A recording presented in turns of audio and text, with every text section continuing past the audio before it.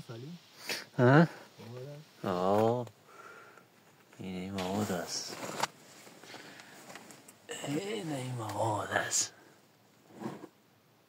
این مواد دیگه این رفتگی با بالا چپ شدگیست. این با اون طرف چپ شدگیست. این کوروی کلان است داری سر است که میغلطه باز میزند. اینو کوروی چپ شدگیست ها بای بالا مراد